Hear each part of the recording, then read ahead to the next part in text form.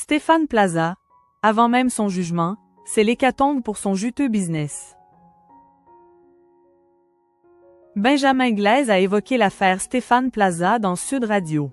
Pour l'occasion, il a reçu une avocate pour parler des répercussions sur son réseau immobilier. Stéphane Plaza traverse une période très sombre. Le 9 janvier dernier, le célèbre agent immobilier a été jugé pour « violences habituelles par concubin ».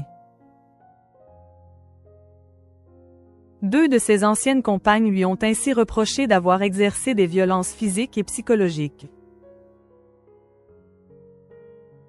Si Stéphane Plaza encourt une peine pouvant aller jusqu'à 10 ans de prison et 150 000 € d'amende, le parquet a finalement requis 18 mois de prison avec sursis et 10 000 € d'amende.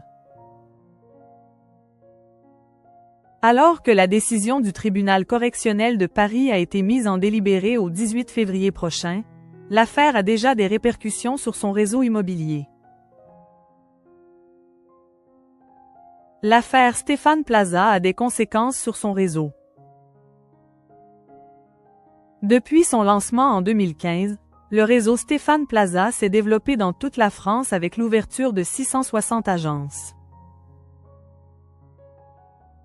Celles-ci sont cependant en péril. Le lundi 3 février, le journaliste Benjamin Glaise a donc reçu Sarah Lassire, une avocate spécialisée en droit immobilier, dans Sud Radio. Sarah Lassire s'est confiée sur les conséquences de l'affaire pour les franchisés. Ils font face à une hémorragie au sein de leurs équipes. Ils ont beaucoup de négociateurs qui quittent leurs agences, sous prétexte de cette affaire.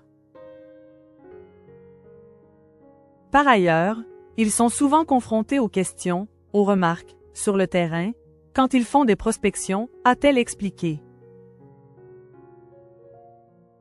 Plusieurs franchisés souhaitent sortir du réseau. Si les agences du réseau Stéphane Plaza ont pu profiter de sa notoriété pour se développer, elles subissent désormais les conséquences de son procès.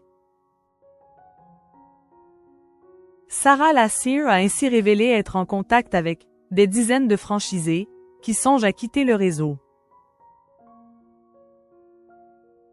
Selon l'avocate, beaucoup de franchisés souhaitent retirer l'enseigne pour continuer leurs activités de manière sereine. Leur relation avec le réseau détenu à 51% par le groupe M6 est cependant encadrée par un contrat. Pour en sortir, les franchisés devraient donc faire face à des conditions financières. Pour le moment, la plupart attendent cependant de connaître le verdict du procès de l'animateur.